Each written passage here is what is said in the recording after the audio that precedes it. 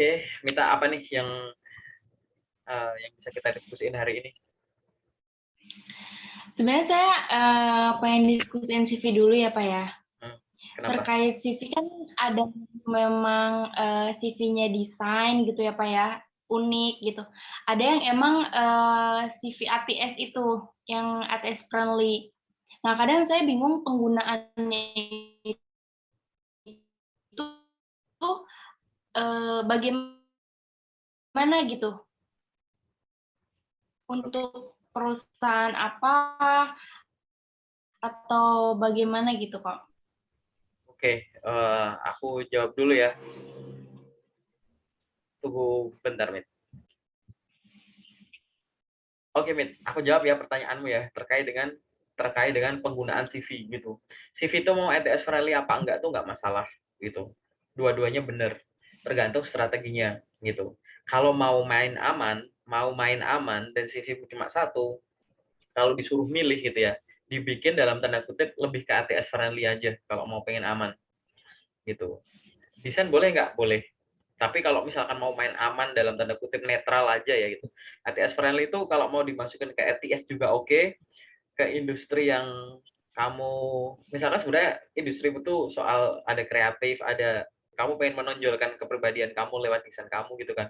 Tapi ya kalau pengen main aman ya enggak ya juga nggak apa-apa. Tapi aku by definisi adalah kayak gini, Mit. Masing-masing cara ngelamar itu, mau dibikin ATS atau enggak gitu ya. Itu tuh memang ada banyak pertimbangannya. Pertama, kamu riset dulu terkait perusahaan. Ini perusahaan lokal atau perusahaan global gitu kan. Biasanya kalau udah perusahaan-perusahaan gede gitu ya, multinasional gitu, dia biasanya kan namanya udah dari namanya aja kita udah tahu kan.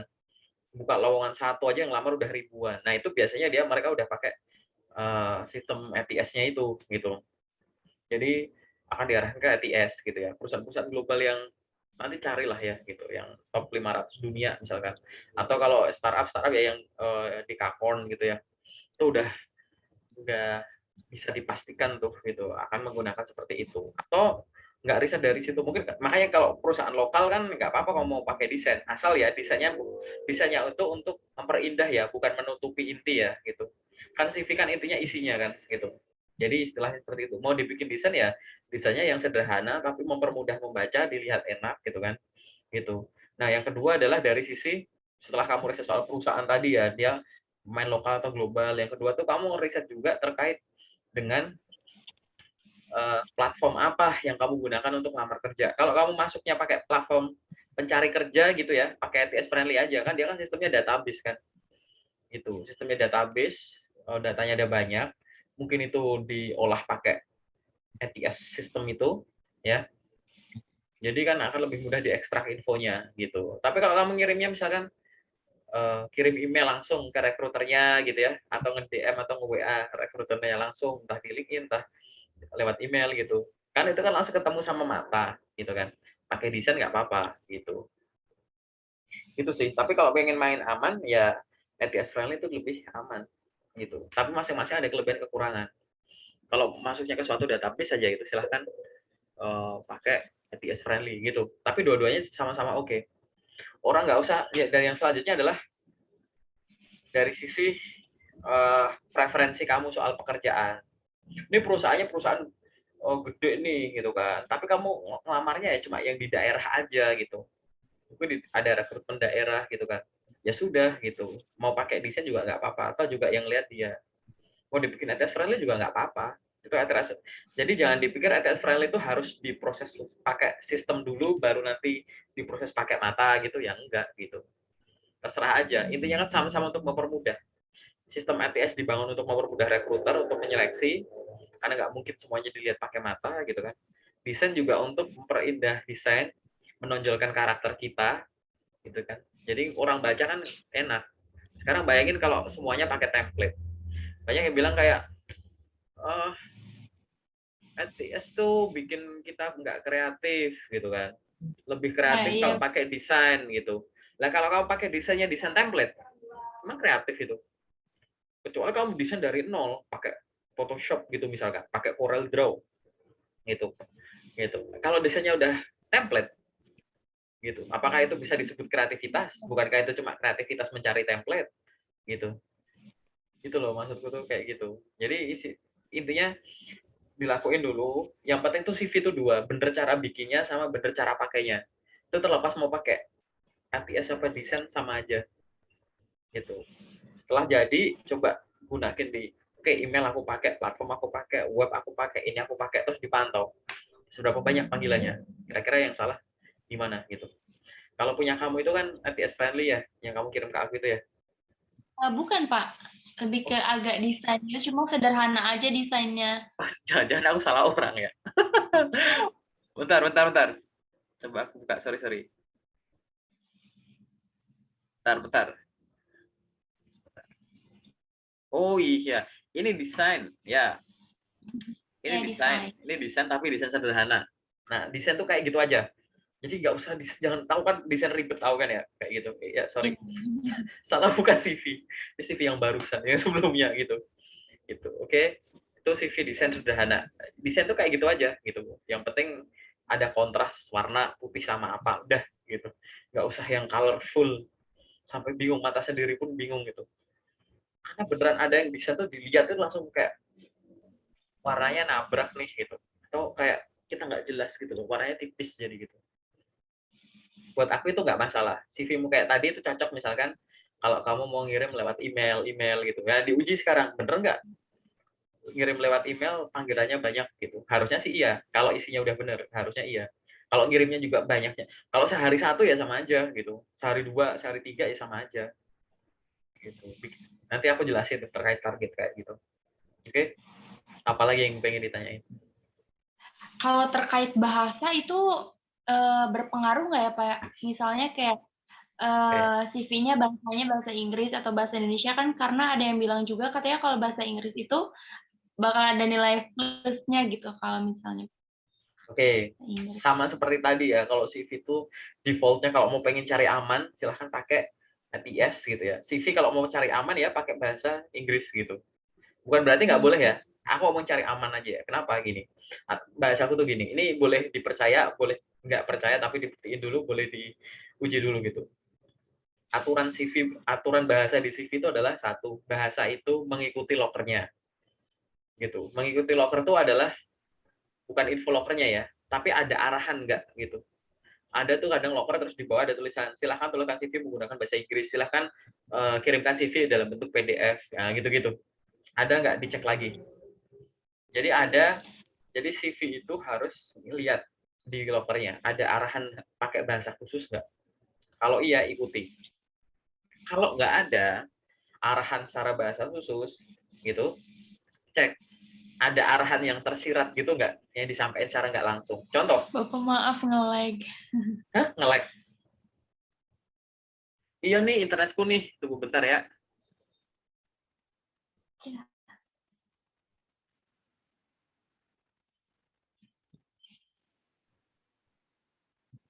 Udah jelas ya ini ya? ya, halo? Udah jelas belum? Ya tadi agak kepotong, Pak, agak nge-lag. Oh ya udah, aku jelasin lagi ya gitu. Jadi terkait dengan bahasa gitu ya. Tadi misalkan kan nggak ada arahan khusus nih pakai bahasa apa gitu kan. Nah sekarang cek, misal lokernya pakai bahasa Indonesia, cari staff admin gitu kan. Terus di salah satu lokernya pakai bahasa Indonesia gitu ya. Tapi di tulisannya ada tulisan gini, mampu berbahasa Inggris merupakan nilai plus gitu. Misal, kira-kira CV-mu mau kamu tulis ngikutin bahasanya atau pakai bahasa Inggris gitu? Bahasa Bahasa Inggris. Inggris gitu. Jadi kayak gitu. Oh, Jadi ada kadang tuh kayak nyuruh tapi secara langsung. Silahkan kirimkan CV menggunakan bahasa ini gitu. Ada yang nyuruh tapi secara nggak langsung. Anggap aja aku pakai sudut pandang kamu ya. Anggap aja nyuruh gitu. Nyuruh menunjukkan kan kalau kamu mampu kan. Paling gampang menunjukkannya di awal gimana ya tadi gitu. Jadi pertama ikuti arahan. Kalau nggak ada arahan, ada kesempatan nggak buat pamer gitu. Gitu. Kalau nggak ada ya tadi ngikutin bahasanya aja atau ngikutin bahasa plus riset soal perusahaannya. Kalau ini memang perusahaan yang multinasional gitu-gitu ya, atau jabatan kamu berhubungan dengan ekspor, impor, apapun itu keluarin pakai bahasa Inggris gitu, disarankan. Nah, kalimatku yang terakhir adalah kan nggak ada salahnya juga kalau kita pakai bahasa Inggris gitu. Kan bukannya perusahaan seneng gitu. ya kan? Itu kamu tetap ngirim pakai bahasa Inggris itu rekruternya pasti paham. Tapi jangan kebalik ya, jangan loker bahasa Inggris kirimnya pakai bahasa Indonesia, kalau itu jangan. Kalau Indonesia kirim ke Inggris nggak apa-apa lah gitu. Realistisnya gitu aja sih. Gitu. Ya karena sebenarnya saya tuh pakai CV bahasa Indonesia karena sebenarnya cari aman kan Pak. Karena katanya kalau misalnya memang kita lamar CV-nya bahasa Inggris, kemungkinan besar memang interviewnya itu akan bahasa Inggris juga karena Itu enggak salah gitu. Ada yang itu enggak, belum tentu. Tapi ada juga yang loker bahasa Inggris, interview bahasa Inggris waktu kerja bahasa Indonesia gitu. Itu juga ada gitu. Gitu. Lah kenapa kamu takut? Mending kamu belajar bahasa Inggris. ya cuma kurang pede gitu. Ya nggak apa-apa. Kamu kalau nggak pede naik sepeda, nyoba apa enggak? Kalau kamu pengen bisa bahasa Inggris nggak? Pengen kan? Ya makanya gitu. Kalau pengen bahasa Inggris ya harus nyoba gitu. Gagal ya nggak apa-apa. Kan salah nggak dosa. Salah nggak dosa, nggak didenda, nggak pidana. Kan gitu. Paham nggak? Makanya nyoba, belajar itu nyoba. Karena kan hal positif. Salah wajar. Karena lagi berprogres. Bahasa Inggris kan hal positif gitu. Ya sudah. Kenapa takut gitu? Emang dengan menghindari yang kamu takuti tiba-tiba ntar jago sendiri gitu. Enggak kan gitu. Makanya udah mumpung ada kesempatan salah ya udah salah gitu. Pede aja yang penting gitu. Nanti aku jelasin soal itu komunikasi itu beda lagi tuh. Gitu, Min. Ada lagi nggak yang pengen kamu tanya yang general? Masih terkait CV juga sih Pak. Jadi kalau katanya kita tuh CV itu tergantung yang posisi yang kita lamar tuh CV-nya beda-beda isinya gitu. Itu Ya, gimana Pak maksudnya? kamu nggak usah terlalu mikirin itu dulu, khususnya kamu masih jadi fresh grad atau nanti punya pengalaman di bawah 2 tahun ya. Intinya tuh adalah yang ditulis di CV itu sesuai dengan kualifikasinya gitu. Nah, sesuai dengan kualifikasi itu eh, memang idealnya adalah satu CV untuk satu loker khusus. Tapi ada loker yang dia itu spesifik gitu. Misal kamu kamu kuliah jurusan apa? Jurusan kimia, Pak. Kimia gitu. Ibaratnya gini, ada loker tulisan minimal S1 kimia gitu. Strict kayak gitu. Itu yang ngedaftar fisika, biologi, matematika gitu, itu nggak bakal keterima gitu. Ya kan? Atau minimal S1 teknik kimia, itu teknik industri, teknik elektro, teknik arsitektur, itu nggak bakal keterima. Jadi ada loker yang spesifik, ya kan? Loker yang spesifik ini butuh CV yang spesifik. Tapi kan ada loker yang sedikit longgar. Minimal S1 jurusan koma ini, atau yang setara, gitu kan. Itu sedikit longgar, gitu. Karena nggak harus ini itu. Ada yang sangat longgar, loker. Minimal S1 semua jurusan. Minimal D3 atau 1, minimal SMA atau SMK. Kalau lokernya longgar, masa iya kamu CV bakal kamu ganti-ganti terus? Ada momen di mana CV tanpa diganti-ganti bisa untuk melamar beberapa perusahaan, beberapa lowongan gitu. Tapi memang idealnya tadi, betul. Tapi kalau masih fresh grad atau pengalaman di bawah 2 tahun, itu kan masih terbatas. Semuanya ditulis di CV juga cukup kali 2 halaman gitu. Gitu. 2 halaman udah apa ya, Pak? 1-3 nggak apa-apa. Siapa yang bilang cuma boleh 1 halaman? Karena katanya nggak boleh panjang-panjang CV itu. Nggak Siapa boleh yang lebih dari 1 halaman. salah? Kalau ada yang ngomong harus 1 halaman, salah. Kalau ada yang ngomong harus 2 halaman, salah. Kalau ada yang bilang harus 3 halaman, salah juga. Boleh 1-3 itu.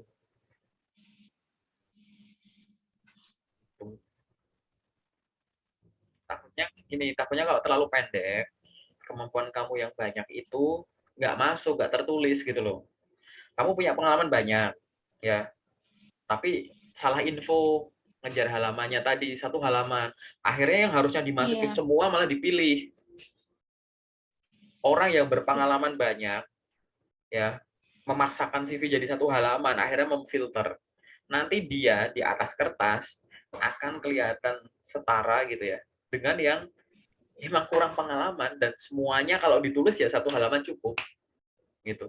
Jadi orang kurang pengalaman dengan memasukkan segala yang dia punya akan kelihatan sama dengan orang yang pengalamannya banyak tapi memaksakan jadi 1 halaman gitu loh. Ini gitu. Ya karena salah info tadi. 1-3 nggak masalah gitu. Tapi biasanya yang paling dilihat dari CV itu sebagai seorang recruiter tuh apa ya, Pak ya? Yang paling menonjol dilihat dari Ya CV-nya itu? isinya semua. Kamu pikir enggak Oh, semuanya? Enggak ada yang paling semua. Terus ini dianggap satu kesatuan gitu. Makanya informasi-informasi penting silahkan masukkan gitu. Pastiin semua informasinya ada. Kamu sebagai seorang fresh graduate kamu harus memikirkan CV itu untuk memamerkan prestasi akademis dan prestasi non akademis. Seolah kamu bilang nih saya lulusan jurusan ini, IPK saya sekian, kampus saya bagus kan. Tapi saya nggak cuma berprestasi di akademis loh, nih yang non akademis saya ada organisasi, kepanitiaan, saya pernah magang, saya bisa skill ini itu gitu. Keseimbangan ini yang kelihatan makin menarik. IPK-nya tinggi, organisasinya banyak, magang ada, prestasinya ada, menarik. Apalagi dengan loker sesuai gitu. Ini orang sesuai dengan loker. IPK-nya nggak terlalu tinggi. Oh, ternyata dia kuliah sambil kerja. Ternyata ada organisasi sesekali. Oh, ini menarik. Jurusannya sesuai dengan lokernya. Ini IPK nggak bagus, organisasi nggak ada. Ngapain dia selama hidup di kampus, di link dunia kampus gitu. Itu loh maksudku gitu. Tonjolkan itu. Jadi apa yang dilihat ya semua dilihat. Kan intinya yang dilihat tuh soal loker adalah karakter si orangnya dan kemampuan profesionalnya dengan kualifikasi yang dibutuhkan di posisi itu, kecocokan itu kan yang dilihat gitu. Tapi kan kalau ngomong CV kan dilihat di awal, karena kalau untuk tahap selanjutnya kan mendalami dan dicek makin luasnya gitu kan. Tapi kan yang penting kamu bisa mengimpress buat terkesan di awal gitu. Caranya tadi informasi penting profesional kamu masukin semua itu, yang perlu dijabarkan jabarkan gitu. Gitu ya, Mit ya. Oke. ya. Ada lagi nggak selanjutnya? Terkait surat lamaran, Pak. Kenapa sama surat lamaran? Kamu udah bikin daftar Saya pertanyaan kayaknya nih. Kenapa sama surat lamaran? saya udah berkali-kali ya Pak gonta-ganti surat lamaran gitu, kayak yang mana yang lebih baik gitu. Soalnya saya bingung, panggilan tuh jarang banget ya Pak. Jadi mungkin apa CV saya salah, apa surat lamaran saya salah, harusnya isi lamaran tuh yang bagus tuh kayak gimana gitu Pak. Jadi surat lamaran tuh ya biasa aja sih, kayak kamu kirim surat resmi gimana sih gitu. Jadi kayak ada tujuannya kepada siapa, misalkan HR manager. Kalau kamu tahu namanya, sebut namanya. Jangan nulis kepada Bapak garis miring Ibu Pak RD, atau kepada Bapak garis miring Ibu pimpinan di tempat gitu. Itu kayak kamu nggak riset gitu loh. Gitu kan. Ada orang yang nulis cuma kayak begitu, paham nggak? Gitu. Tulis gitu. Tahu nggak namanya gitu. Pada Ibu Mita Nur Lina gitu ya, HR Manager PT ABCDEFG, jalan ini Jakarta Selatan gitu misalkan, kayak begitu. Tapi kalau nggak tahu tulis aja pada HR Manager PT ini, cari tahu alamat PT-nya. Nah, aku biasanya kalau aku pribadi surat lamaran itu 3 paragraf, nggak usah panjang-panjang sih, 3 paragraf. Paragraf pertama intinya perkenalan diri dan menyampaikan maksudmu gitu. Itu jadi ada eh, perkenalan diri dan menyampaikan maksud gitu. Itu jadi kayak, perkenalkan nama saya Mita. Mita bermaksud untuk melamar pekerjaan di PT ABCD sebagai DEFG berdasarkan informasi lowongan yang saya peroleh melalui ini gitu. Udah gitu aja. Jangan diedit sekarang. Nanti kamu lagi ngedit ya? Enggak, saya lagi merhatiin surat lamaran saya juga. Ya, gitu. Jadi paragraf pertama tuh perkenalan diri dan sampaikan maksud gitu. Kayak tadi. Paragraf kedua, kasih gambaran soal kamu secara general dan kamu ngelampirin apa aja di situ isinya gitu. Misalkan paragraf kedua tuh, saya merupakan lulusan jurusan kimia dengan IPK 4 dari Universitas ABCD. Itu. Saya memiliki pengalaman magang sebagai ini. Selain itu selama kuliah saya aktif berorganisasi, yaitu sebagai antara lain sebagai ini. Gitu. Sebagai bahan pertimbangan, atau gitu, sebagai bahan pertimbangan saya lampirkan ini. Dah, paragraf kedua cukup itu. Nah, paragraf ketiga itu lebih ke penutup ya gitu. Penutup tuh kamu bisa bilang kayak gini. Apabila Bapak membutuhkan informasi tambahan terkait dengan kualifikasi saya, gitu ya, silahkan menghubungi saya melalui email ini atau melalui akun LinkedIn ini atau melalui nomor WhatsApp sekian. Gitu. Atas kesempatan yang diberikan saya ucapkan terima kasih. Udah, simpel kan? Gitu doang. Untuk keahliannya itu dijabarkan lagi nggak ya Pak ya? Ya, Misalnya kualifikasinya ya, apa ya gitu. secara garis besar nggak apa-apa, tulis aja. Mending kamu ntar Hmm. bikin surat lamaran dan lain-lain gitu ya, jadiin satu PDF kirim ke aku ya, gitu nanti buat aku review. Tapi itu nanti setelah kamu ngerevisi CV-mu gitu. Ya. Jadi setelah CV direvisi kirim ke aku tapi bareng sama dokumen yang lain gitu ya. Oke. Tuh. Apalagi yang pengen kamu tanyain? Terkait lowongan kerja itu tuh bergantung sama kapan kita ngirimnya nggak sih Pak? Misalnya lowongan kerja itu dibuka sehari yang lalu, apakah harus semakin lama kita ngirim lamaran maka semakin nggak ada kemungkinan untuk dipanggil gitu? Kemungkinannya makin lama makin mengecil. Kamu kalau di chat lebih suka fast respon apa slow respon? Fast respon. Iya, ya udah. Loker itu dibuka bukan untuk kita eksis, tapi kita beneran butuh orang. Namanya butuh orang kalau bisa secepat mungkin. Jadi kamu nggak dipanggil bukan karena kamu jelek, tapi aku udah nemuin orang sebelum aku tahu kamu. Gitu. Bisa juga ke arah Karena kan sana. karena kadang kan Pak kita baru lihat loker tuh ternyata udah dibuka sehari yang lalu atau 2 hari Ya yang nggak apa-apa kalau lalu. cuma baru sehari 2 hari, kalau udah seminggu 2 minggu gitu-gitu loh. Tapi tetap selama periodenya masih kirim-kirim aja udah. Optimis aja gitu ya. Optimis lah. Lo kalau kamu gimana aku pede sama kamu kalau kamu nggak pede sama dirimu sendiri kan gitu. Itu udah kirim-kirim aja. Makanya namanya ngirim loker itu, ngirim lamaran itu kapanpun boleh. Mengirim lamaran kapan saja boleh, tapi di jam kerja lebih baik. Mengirim lamaran itu kapan saja baik, tapi di jam kerja lebih baik. Artinya di jam kerja tuh lebih dibanyakin, intensitas tinggi. Nanti di luar jam kerja kalau ada ya udah gercep aja udah gitu. Jangan disimpan, dapat loker bagus sekarang kirimnya 2 hari lagi. Gitu. Udah cepet aja udah gitu. Biar kita kalau cepet tuh enak loh. Kalau cepet dan kita sesuai kan buruan cepet dipanggil. Kalau cepet ternyata kita nggak sesuai, ya udah berarti kita cepet tahu. Jadi kita akhirnya cepet move on kan, gitu. Ya kan, gitu. Jadi penting kayak gitu, gitu ya. Apalagi yang masih kamu bingung? Kalau soal CV sama surat lamaran sih kayaknya cukup Pak. Oke, soal kamu sejauh ini nyari kerja di daerah kotamu aja atau di mana aja? Awalnya sih di semua daerah Pak. Cuma lama-lama jadi makin mengerucut di daerah sendiri aja gitu. Jadi kalau di luar tuh paling 1-2 sehari itu. Biasanya kan banyak. Terus kamu per hari ngirim lamaran berapa banyak? Nggak Rata-rata, sampai 2 sih. rata-rata per hari. Paling paling banyak 20, paling kecil tuh paling 10 kayaknya. Ya udah 20 tambah 10 bagi 2, 15 rata-rata gitu ya. Oke, terus kamu dengan ngelamar itu pakai cara apa aja ngirimnya? Email, terus Kan email, Pak. hmm? Email semua. Kebanyakan sama Jobstreet. Soal job street. LinkedIn pakai nggak? LinkedIn pakai. Cuma buat lihat loker aja kalau LinkedIn paling. LinkedIn cuma buat loker aja. Itu semacam kamu punya HP harga 20 juta, cuma kamu pakai buat SMS. Oke? LinkedIn cuma buat nyari loker.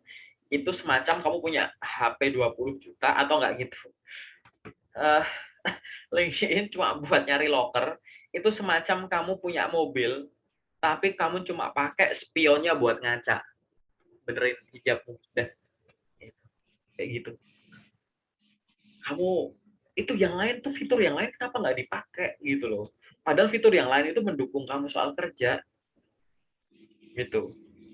Kalau kalau pakai LinkedIn cuma buat nyari info loker, itu artinya kamu memperlakukan LinkedIn sebagai job street.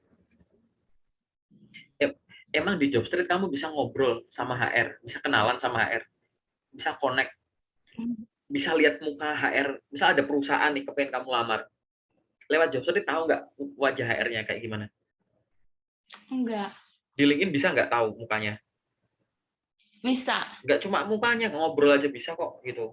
Kenapa nggak dilakuin gitu? Artinya kamu rugi. Nanti kalau kamu bilang, iya aku udah coba kemana-mana tapi nggak ada panggilan, jawabanku wajar. Buat kamu, buat teman-teman yang mungkin nanti nonton sampai di menit ini, wajar karena kamu memperlakukan LinkedIn sebagai platform pencari kerja gitu. Ada yang bisa dilakuin kok enggak itu. Sama kayak kamu beli motor mahal, pakai cuma spionnya buat beri gitu. Kalau enggak motor bagus gitu kan, cuma buat distandarin, buat duduk aja fungsinya udah gitu. Ya buat apa? Kayak gitu loh. Ya dioptimalin dong gitu. Kamu tuh ada di zaman yang seperti ini gitu. Gitu. Ya, jangan pakai cara-cara itu, sayang banget Mit kalau cuma buat nyari loker doang. Namanya sosial media, ada sisi medianya. Media tuh itu nyari nyari cari yang cocok kirim. Tapi kan ada kata sosialnya, mana unsur sosialnya yang kamu lakuin. Orang namanya sosial media kok gitu. Ya kan gitu. Jadi saranku adalah bertaubatlah ya dan gunakan secara benar gitu. Gitu ya. Tuh, ada lagi nggak yang pengen kamu tanyain? Terkait LinkedIn, saya pengen tahu apa aja yang memang harus dilengkapi di LinkedIn gitu. Semua. Ya, pertanyaan kamu jawabannya cuma satu kata, semua. Sama kayak CV tadi, mana yang lebih penting? Semua, dari atas sampai bawah. Gitu. Kenapa penting? Kita nggak tahu orang tuh bakal baca apanya. Ada yang screening cepat, ada yang baca semua, ya cuma baca sini udah ketangkep gitu. Daripada tebak-tebakan, daripada kamu berusaha nebak isi kepala orang, ada 10 orang tuh ada 10 kemungkinan. Ya kan? Ada 100 orang, 100 kemungkinan. Rekruter di LinkedIn ada berapa juta, berapa ratus ribu. Gitu. Gitu. Makanya semua diisi gitu. Kita nggak tahu gitu. Semuanya penting. Nah, kelengkapan yang ada di LinkedIn itu minimal setara dengan CV-mu.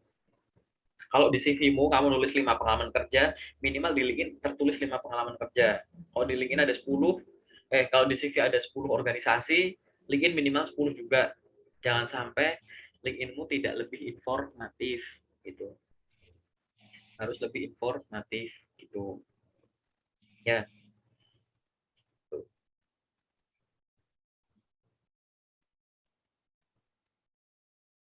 Bapak kalau ada pengalaman kerja saya yang memang beda bidang dengan jurusan saya, itu nggak apa-apa dimasukin ke CV gitu.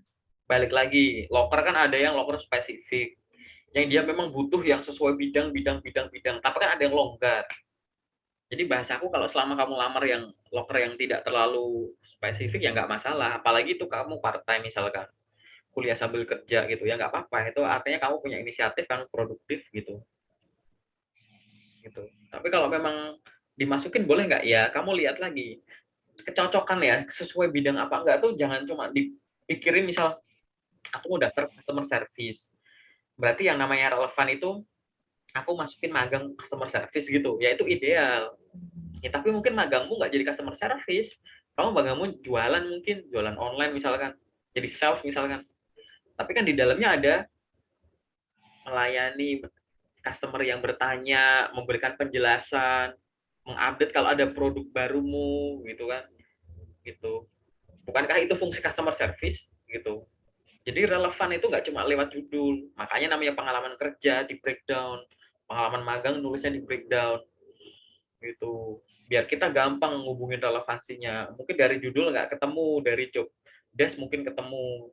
Entah dari job desk-nya, entah dari tools-nya, software yang digunakan, hardware yang digunakan, bahasa yang digunakan. Ini interaksinya sama orang luar negeri ini juga gitu. Atau ada soft skill ini, ada unsur leadership-nya di sini juga ada gitu. Itu namanya relevansi itu seperti itu. Gitu ya, Mit ya.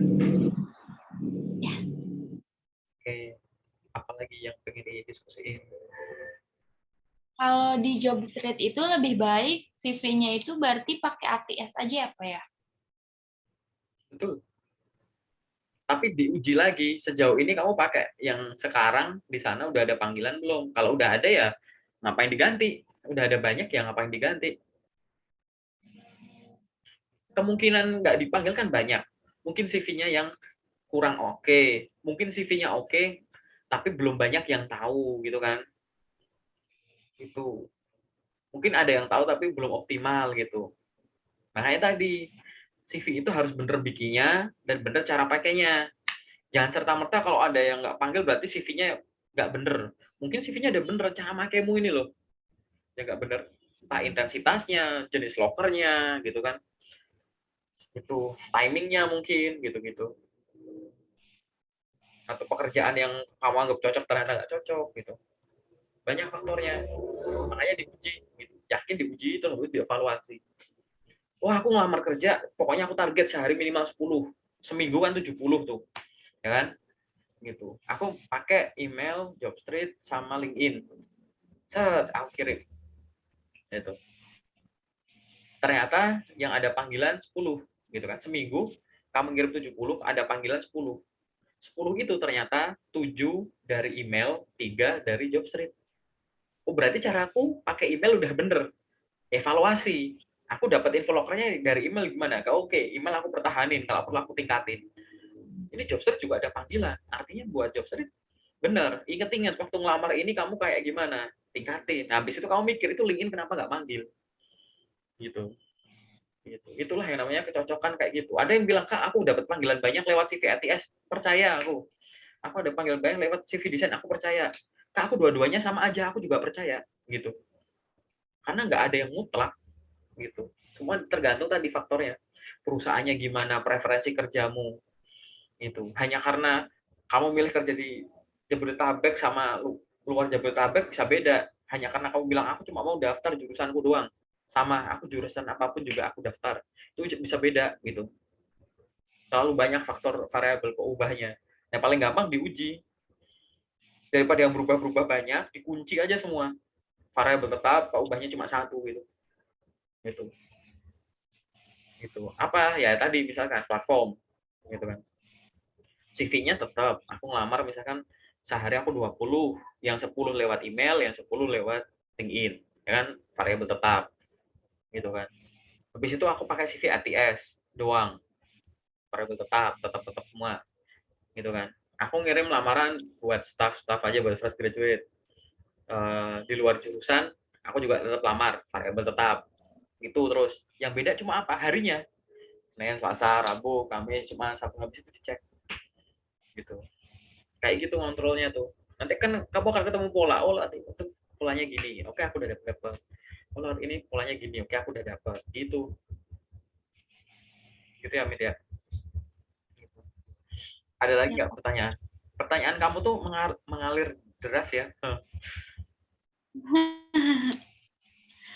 Tadi saya jadi lupa mau nanya apa. Emang sengaja aku gituin biar lupa. Lagi yang pengen kamu tanyain. Gak apa-apa kalau lupa nanti nggak harus semuanya selesai di sini gitu. Ntar Oh, tanyain lagi juga ya. boleh. Kadang kan Pak di loker itu kualifikasinya minimal pengalaman 1 sampai 2 tahun. Terus ada juga keterangan tambahannya itu fresh graduate dipersilahkan untuk melamar gitu. Tapi Terus yang kayaknya kemungkinan lebih kecil ya Pak ya dibandingkan yang sudah berpengalaman gitu. lo kata siapa? Saya bertanya. Lo enggak, makanya aku nanya, kata siapa? Kemungkinannya lebih kecil. Kata siapa? Emang di Kata lokernya ada saya, tulisan kayak gitu? iya Gitu kan? kadang kan ada Pengalaman pengalaman minimal beberapa sekian sampai sekian tahun, koma. Graduates pemain are welcome to apply. Gitu. ya Gitu. Gitu. Tapi jangan berharap terlalu banyak karena kemungkinan ada kecil. Kayak gitu emang tulisannya. enggak. Ya udah, gitu. Ngapain kamu mikirin yang bukan porsimu? Udah dikasih yang simple, tinggal ngirim. Kenapa kamu kayak kayak gitu, rasis gitu? Ya udah sih, kualifikasi oke. Aku mungkin belum sesuai semuanya, tapi sebagian besar udah sesuai kualifikasi. Aku belum ada pengalaman, tapi ini fresh graduate juga boleh. Aku kirim, gitu. Karena ada loh pekerjaan-pekerjaan yang walaupun kamu udah punya pengalaman kerja sampai 2 tahun, kadang ini fresh graduate yang diajarin bentar, di probation misalkan gitu, udah hampir setara, gitu. Ya sudah, gitu. Atau misalkan tadi, gitu. Syarat. mampu berbahasa Inggris, koma, mampu berbahasa Mandarin merupakan nilai plus. Terus kamu nggak bisa bahasa Mandarin, tapi Inggrismu bagus. Terus kamu nggak ngelamar, kan konyol. Gitu. Kan sama. Gitu. Lokernya kayak gitu. Wajib berbahasa Inggris aktif, koma, mampu berbahasa Mandarin merupakan nilai plus. Terus kamu nggak ngelamar gara-gara nggak bisa bahasa Mandarin. Itu konyol banget itu. Gitu. Ya kan? Ya nggak ada nilai plus nggak apa-apa, kamu bisa dapat plus dari sisi lain gitu loh. Kok kayak rendah I don't have words to say that gitu, pokoknya gitulah gitu. Jadi ya sudah, kirim aja gitu. Aku pernah ada interview beneran gitu. Ini interview real pengalamanku pribadi, mungkin beberapa temen yang pernah aku sharing ini tahu gitu. Interview ketemu sama user gitu kan. Terus sama ibunya itu ditanya, "Lo Mas, jurusanmu ini, kok daftar di sini? Emang nggak sayang? Bukan kayak ini di sini ya? Kok kamu daftar di sini nggak sayang? Harusnya kan ke sini gitu. Kok kamu daftarnya ke sini? Kenapa ke sini gitu?" Terus aku beneran itu interview karena waktu itu mungkin aku kecapean atau bingung sebagai seorang lulusan baru sih waktu itu ya, aku interview di sana gitu. Terus aku bilang gitu, "Loh saya juga heran Bu," gitu. Padahal satu memang padahal saya jurusannya ini ya Bu ya gitu. Dan saya tahu loh Bu, lowongan pekerjaan ini tuh memang membutuhkan ini. Tapi di lowongannya tuh ada tulisannya gitu. Jurusan lain dipersilahkan untuk melamar. Aku lamar. Setelah itu saya tes ini, tanggal sekian, saya lolos Bu. Habis itu kemarin beberapa bulan lalu saya ketemu sama Bu ini, interview. Lolos juga Bu. Habis itu dijadwalkan seminggu lagi saya bertemu Ibu, dan sekarang saya bertemu Ibu. Saya juga heran loh Bu, kok bisa lolos dan bertemu Ibu sampai sekarang gitu. Mungkin gitu, aku langsung bilang gitu, langsung aku tembak sebelum dia jawab gitu. Mungkin yang dipertimbangkan itu bukan jurusan saya Bu, gitu. Sehingga sekarang saya ada di hadapan Ibu. Nah, kira-kira apa nih Bu gitu ya? Informasi yang mungkin Ibu butuh lebih dalam atau mungkin belum saya ceritakan, belum ketemu di CV atau di tes-tes selanjutnya yang sebenarnya itu sangat dibutuhkan untuk posisi ini. Wah, saya senang sekali Bu kalau bisa menjelaskan untuk itu. Ngomong aja gitu aku, nothing tulus gitu. Malah ngakak-ngakak habis interview aku mah ditraktir bakso waktu itu gitu sama ibunya itu. "Mas, udah dari tadi ya, kok kelihatan capek. Mau makan nggak?" gitu. Ya aku makan sama security kantor itu. "Calon ini ya?" "Iya Pak, doain keterima ya." Udah makan aja traktir, enak. Ngapain gitu? Ngapain banyak pikir gitu? Udah sesimpel itu gitu. Pikirin porsimu aja. Mungkin nanti di LinkedIn ada yang bilang kayak, "Apa jaminannya kalau menggunakan CV ATS bakal gini? Kenapa gini, gini, gini?" Ya sudah sih, mikirin porsimu saja gitu. Kak, misalkan kalau misalkan aku follow up ya hasil tes, terus dicuekin gitu, padahal aku udah nanya beneran, "Itu aku gimana ya Kak?" gitu.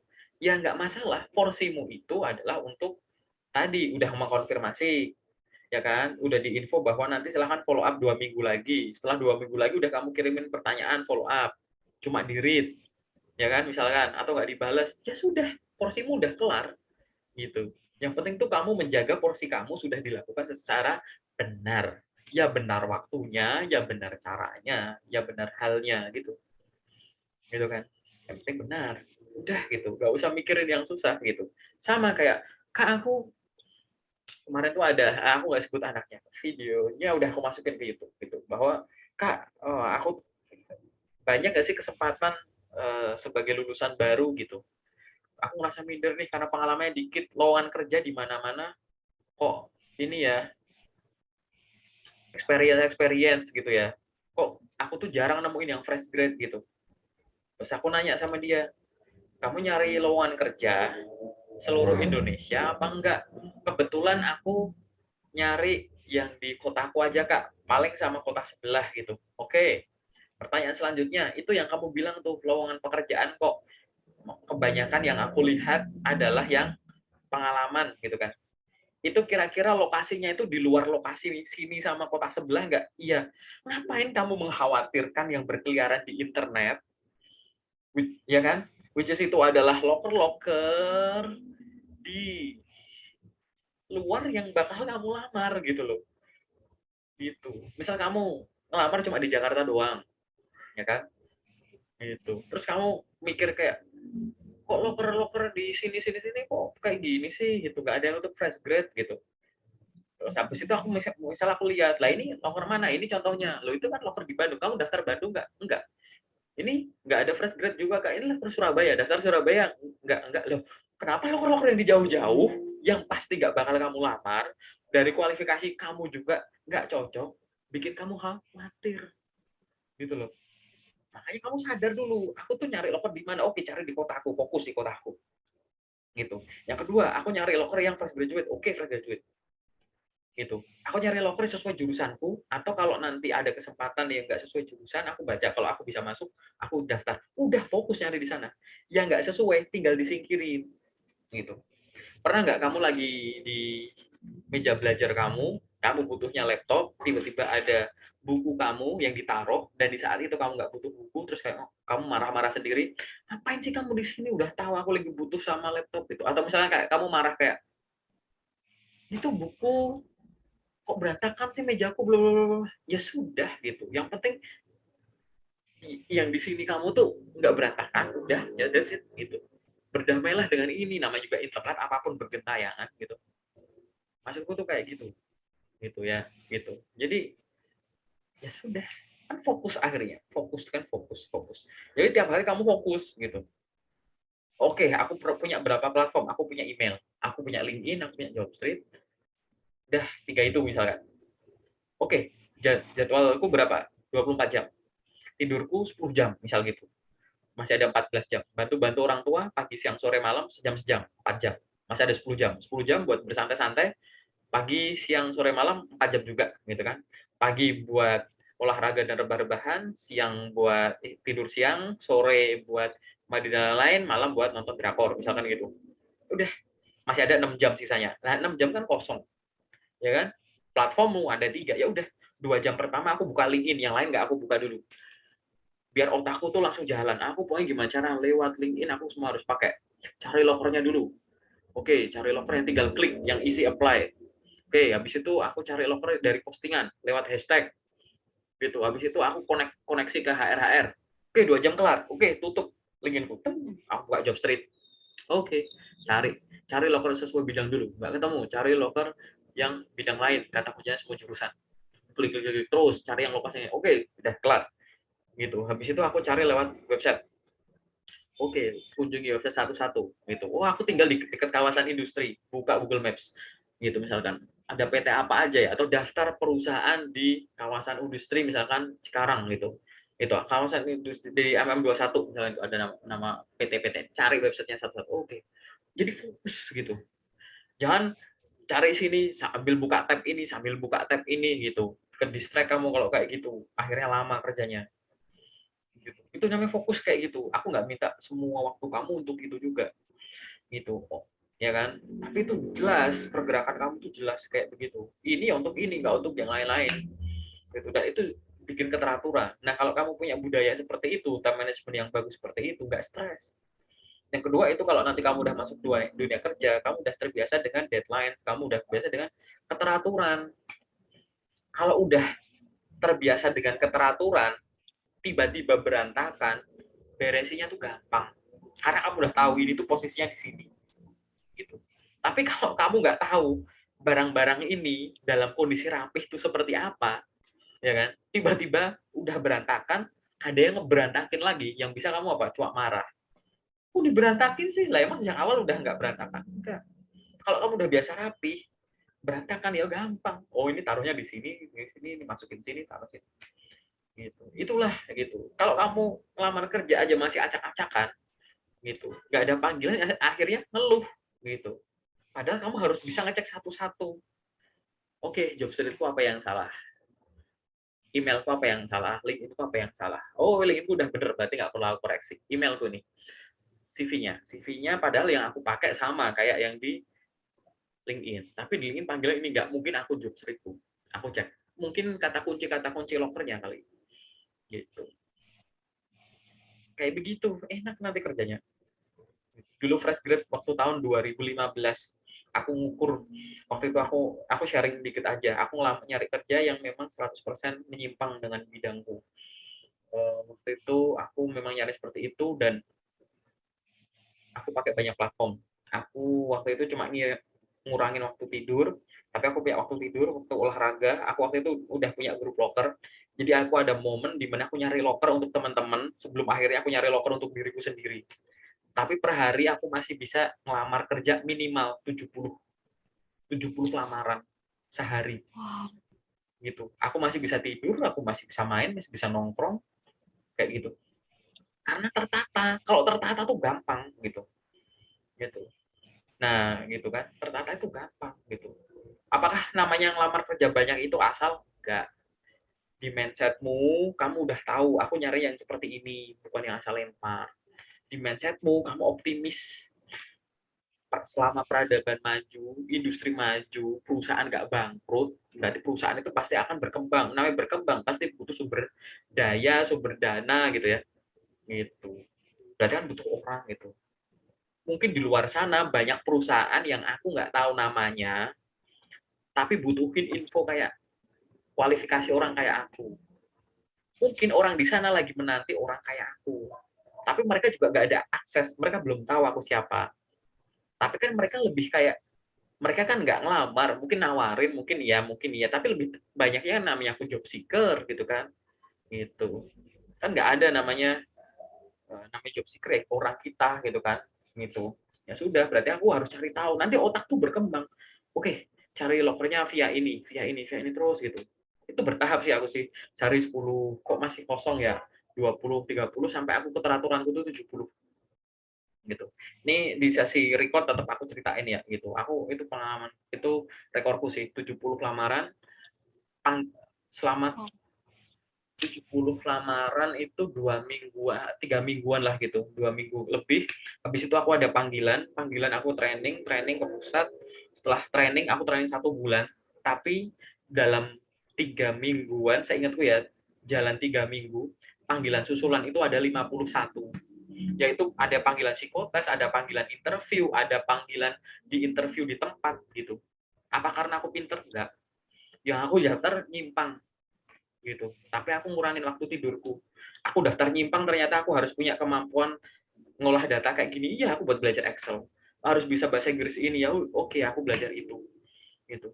Jadi waktu training tuh kadang izin keluar ngangkat telepon, kadang lagi belajar product knowledge sambil aku bukain email. Itu sampai aku list gitu. Ditambah yang aku training berarti selama 3 minggu panggilannya tuh ada 52 berarti. Gitu ibaratnya gitu. Ya buat aku itu bukan suatu hal yang besar karena bayangin sehari 70 gitu. Seminggu tuh hampir 500 gitu berarti. Gitu. Nah, kamu sehari berapa? Ini bukan karena aku ngacak, enggak gitu. Kalau ngacak tuh asal. Enggak baca kayak gini. Itu lebih kayak tadi, kalau jadwalmu terprogram fokus nanti. Gitu. Serius fokus gitu. Ya sama lah. Kalau dari sisi agama gitu ya gitu. Kamu ngulangin waktu buat baca Al-Qur'an gitu ya, enggak ada yang ganggu gitu ya. Tiba-tiba udah sejus habis aja gitu. Gitu. Ya kan ibaratnya gitu. Kamu baca Al-Baqarah non-stop itu cuma 1,5 jam. Gitu kalau kamu lancar. Gitu. Coba aja gitu. Itu 1,5 jam itu kalau dipikirin kayak masa sih gitu kayak jusnya itu sampai 2 jam. Oh, itu 1,5 jam serius gitu. Makanya aku bilang namanya fokus, nggak ngelakuin yang lain nggak apa-apa gitu. Kayak begitu. Ini bukan ngomongin waktu gede terus nggak gitu ya. Waktu pendek-pendek ditata gitu. Dan bertahap. Jangan nekat langsung, wah aku tadi habis ngobrol nih sampai 70. Oke, bisa 70. No, kaget badanmu. Gitu. Diukur dulu, kamu tuh sebenarnya waktumu untuk tidur itu seberapa lama, bantuin orang tua tuh berapa lama, ngurusin adikmu kalau punya adik atau ngurusin rumah apapun itu berapa lama. Nanti akan ada waktu murnimu. Nah, waktu murni ini yang nanti dibelah-belah. Yang ini buat locker, yang ini buat belajar misalkan. Gitu. Yang buat locker berapa, platform tadi coba 2, 2, 2, besok 3, 3, 3, 4, 4, 4, 5 terus diukur. Kalau udah nggak mampu mengganggu jadwal lain, ya udah berarti batasmu di situ. Tapi fokus gitu. Aku ngelakuin hal yang sama gitu. Beneran itu aku menguji sampai aku waktu itu mau nekat ke 80, aku nggak berani karena aku kan masih punya grup locker itu. Jadi ingat aku masih tetap loh. Aku nyari locker buat grup locker, tapi aku nyari locker buat aku sendiri gitu. Bisa dibayangin gitu. Tapi ngorbanin waktu tidur nggak apa-apa. Aku punya dosen, beliau namanya Pak Pak Budi Eka Nur Cahya, itu aku sebut tuh nama dosen Budi UGM gitu. Bisa sih direcord nggak apa-apa gitu. Bahwa beliau waktu itu bilang bahwa kalau kamu jadi mahasiswa, waktu tidurmu itu banyak rugi, dan itu aku pakai gitu. Waktu kamu masih jadi job seeker, jadwal tidurmu kayak karyawan atau harimu kayak karyawan, weekend kamu juga liburan, nggak prihatin dulu gitu, rugi kamu gitu. Yang namanya lagi mencari itu ya usahanya harus lebih, apalagi kamu sadar daftar nyilang bidang, kan kamu kan harus bisa ngejar orang-orang yang sesuai bidang gitu. Berarti kan kamu harus meluangkan waktu. Kalau nggak ada yang luang, apa yang bisa dikorbanin gitu. Itu aku inget banget kata-kata dosenku itu, dan itu kebawa sampai aku dunia kerja gitu. Bahwa kalau kamu pengen berkembang, kamu harus ngorbanin sesuatu. Karena pada saat kalau kamu tidak mau mengorbankan apapun, ingat ya, kalau kamu tidak mau mengorbankan apapun, kemungkinan kamu akan mengorbankan segalanya gitu. Ini kalimat ini tuh yang aku ingat terus gitu. Makanya tadi bisa dibayangin gitu. Kalau waktu itu aku nggak ngurus grup locker, aku yakin bisa 2 kali lipatnya, mungkin 140, 150 mungkin masih bisa. Karena capek ngurus grup locker itu kan harus nyari, aku filter nih lokernya asli apa enggak, expired enggak, share ke grup gitu. Dari dulu aku ngelakuin itu. Itu pun aku masih bisa, tapi masih olahraga, malam masih bisa nongkrong, tidur. Masih bisa renang, hobiku kan renang. Ini ada kolam renang di belakang nih, gitu. Ya gitu. Aku masih bisa ngelakuin semua kegiatan itu, gitu. Karena apa? Ya efektif aja. Aku nggak minta kamu ke 70. Maksudku tuh aku nyeritain ini adalah, dan teman-teman yang masih stay tune ya sampai menit ini ya, bahwa manage waktu itu bisa kayak gitu. Mungkin nggak sadar tiba-tiba udah banyak aja yang dikerjain. Kan efektif pergerakannya. Tek, tek, tek, tek, tek, gitu. Kalau pergerakannya jelas, ada yang error, ngoreksinya gampang. Pernah lihat tentara baris berbaris nggak? Kayak 17 Agustus atau apa gitu ya, yang parade apa gitu. Rapi kan ya? Coba nanti tiba-tiba kayak jalan terus ada yang arahan berhenti, gerak, gerak, terus ada yang satu orang aja telat gerak gitu. Cuma kaki doang tuh. Kelebihan satu langkah.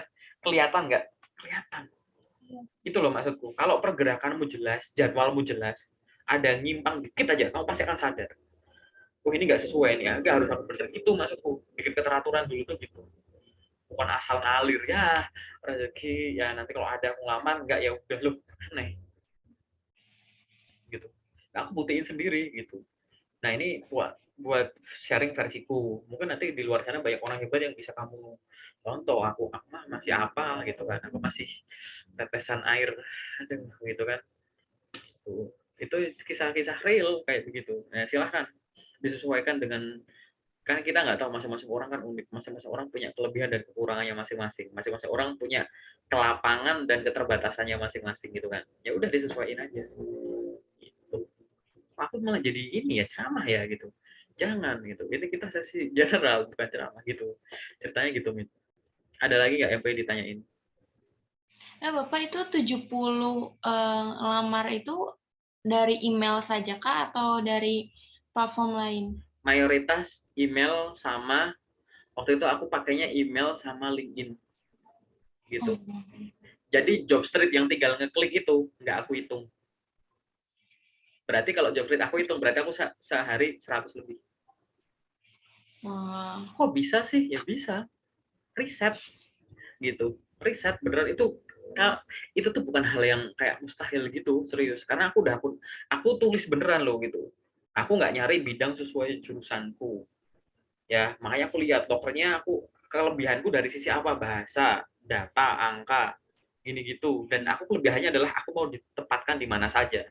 Udah aku fokus aku nyari di Jogja, cari Jawa Tengah, Jawa Timur, Jawa Barat, Jakarta, gitu. Bener-bener kayak nge-scanning gitu. Jadi aku belum pindah ke wilayah lain kalau ini belum aku otak-atik tuh. Gitu. Gitu caranya, scanningnya gitu, jangan ngacak gitu. Kalau ada keteraturan tuh, pokoknya fokus ini udah kelar terus tuh kan. Karena kayak scanning ya, kayak diliatin satu-satu ya gitu kan. Dari atas, bawah, bawah, bawah kan nggak ngacak gini-gini. Gitu. Akhirnya kalau detail gitu kan nggak ada yang kelewatan. Lama kelamaan tadi, coba aku tambah lagi, coba. Karena aku nggak langsung kan, cuma gini, rekap, aku lihat, 70 gitu. Ya udah, batasku memang di situ. Ya waktu itu sempat ada sakit bentar sih gara-gara shock ya gitu. Maksudnya shock tuh begitu waktu itu aku nggak ada jadwal yang berat, aku naikin tuh gitu. Terus habis itu down gitu. Terus ya udahlah di 70 aja deh. Ya alhamdulillahnya itu. Aku waktu itu memang janji sama diriku sendiri yang ngasih aku kesempatan kerja duluan, yang aku follow up gitu. Akhirnya ada waktu training aku ngecek email tuh udah ada undangan. Pokoknya undanganku tuh macam-macam ya, ada yang undangan interview, ada yang undangan psikotes, ada yang interview di tempat. Jadi kayak gini, boleh minta waktunya sebentar. Waktu itu ada yang ngedoain loh gitu. Aku udah bilang kayak, mohon maaf saya ini sedang kayak lagi training gitu loh. Terus orangnya nanya trainingnya kayak gimana, ya kayak ada eliminasi gitulah, sistem gugur gitu kan. Terus oh berarti nanti masih ada kemungkinan tidak diterima ya Pak ya, baik akan kami follow up kembali. Dia ngedoain aku nggak diterima loh, ini serius. Aku tuh inget banget satu orang ini, aku nggak mau sebut perusahaannya ya, dia ngomong oh berarti ini masih training dan ada kemungkinan belum diterima ya Pak gitu. Iya baik, nanti akan kami follow up kembali. Oh ditekanin ya, aku sadar itu tuh habis aku penempatan gitu loh, gitu kayak iya ya, ada yang ngedoain loh aku lewat telepon gitu. Oh ini baru training gitu. Berarti masih ada kok diulang ya loh, masih ada kemungkinan nggak diterima ya Pak. Baik, nanti akan kami follow up kembali. Berarti kan dia ngedoain aku nggak diterima, terus ya udah dia follow up gitu, terus aku mungkin follow up itu kan. Aku ya lucu sih, ini serba lucu sih kayak gitu. Jadi nggak tahu ya, itu kelucuan aja itu. Tapi jujur dengan aku tipe orang yang cross, aku tetap ada rasa iri dengan, wah aku tuh pengen kayak gitu, kuliahku apa, bisa lanjut ke sana gitu. Kan waktu itu aku fokusnya kan ke migas ya gitu. Cuman tahun 2015 tuh migas pas anjlok gitu. Harganya bagus ya gara-gara sekarang. Gara-gara kemarin ada Ukraina sama Rusia perang, harganya balik lagi. Berapa tuh? 7 tahun loh gitu. 2015 sampai sekarang baru baliknya. Coba waktu itu harganya nggak anjlok gitu. Mungkin aku nggak ngecross gitu, serius gitu. Tapi artinya apa? Berarti kan kita harus bisa menyesuaikan dengan keadaan kan, gitu. Kita gitu, jangan cuma idealis kayak aku tuh maunya cuma di bidang ini itu gitu loh. Sekarang balikin lagi, kamu ngekerja sesuai passion, betul, tapi passion itu bisa dibangun di tengah jalan, dicintai. Jangan cuma ngelihat kerjaannya, tapi coba lihat kamu kerja buat apa, kamu kerja dapetin apa, kamu kerja buat siapa. Dan kalau kamu kerja yang seneng siapa, kan nggak cuma dirimu sendiri gitu. Bukankah menyenangkan kalau kita bersusah-susah gak cuma buat diri kita sendiri gitu. Nah itu yang selalu memotivasi aku buat ya sudah nggak masalah gitu. Aku luangin waktu buat belajar ini, kurangin waktu tidur buat belajar itu. Akhirnya malah jadi bisa banyak karena gurunya banyak gitu. Aku bisa macam-macam juga karena belajar dari banyak orang yang lebih tua. Aku minta diajarin, yang lebih muda ya kita jauh nggak usah malu gitu. Ajarin ini dong, yang lagi in apa ini kayak gini. Gitu. Harusnya kayak gitu sih. Itu nanti di sesi detail lah aku ceritain lah. Gitu ya. Ada lagi nggak gitu? Satu lagi deh, Pak. Ya, satu lagi boleh deh. Ini sesi general terlamaku di 2022 ya, Sedang. Tapi nggak apa-apa kok. Apa tuh? Karena kan ya kompensasi lah, karena tadi mulainya mundur, ada error di WA aku. Kenapa? Apalagi? Terkait lamaran melalui email ya, Pak. Mhm. Kan kadang di lowongan itu hanya dicantumkan kirim CV dan surat lamaran.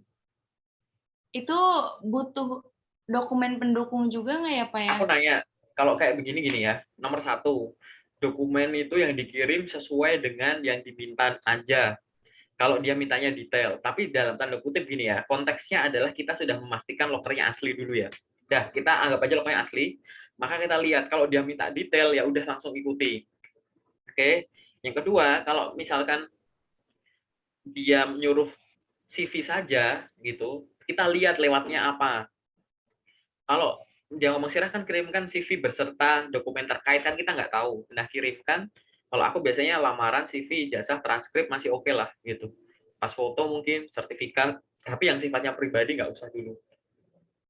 Kayak KTP, NPWP, KK, SKCK, apalagi tuh yang ada ininya gitu. Itu ntar aja gitu-gitu. Vaksin gitu. Kalau nggak diminta nggak usah, tuh nanti aja gitu.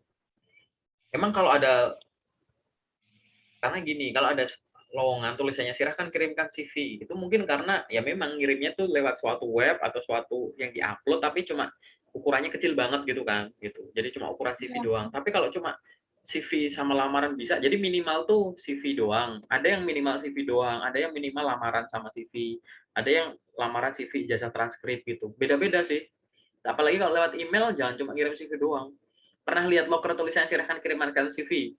Oke, kirimkan CV aja nggak apa-apa. Tapi kalau lewat email ya jangan cuma CV. Minimal CV sama Nah, lamaran kan. Itu. Karena nanti kamu akan nemu loker tulisannya silahkan kirimkan lamaran ke sini. Apakah kamu cuma mengirimkan surat lamaran, nggak ada CV-nya? Kan enggak gitu. Jadi dicerna ya itu isinya, disesuaikan dengan lampirannya, platformnya ngirimnya lewat apa. Kalau aku kirimkan semua, filenya bisa di-attach nggak gitu. Gitu-gitu. Yang jelas adalah pertama ngikuti arahan, selama nggak ada arahan yang detail, informasi pribadi jangan dilampirin gitu. Itu tapi aja sih. dijadikan satu aja ya Ya, Pak ya? iya satu PDF, bukan jadikan RAR ya, jadiin satu PDF. Kecuali memang ada request khusus jadiin RAR kasih nama apa. Tapi kalau enggak ya jadiin PDF gitu. Satu file PDF dengan banyak halaman. Oke. Ya, Ada lagi nggak pertanyaan selanjutnya? udah cukup. Udah? Udah Alhamdulillah ya puas. Allah, udah selesai yang general gitu. Aku happy. Oke, oke nggak apa-apa gitu karena ini sesi yang melelahkan bukan sama kamu melelahkannya karena kamu ada di ujung nih ya. Kita hampir menuju tengah malam gitu sehingga aku kelihatan kayak ngantuk gak sih gitu. Ya sudah, kita ngomongin yang detail ya, Mit ya. Oke. Ya.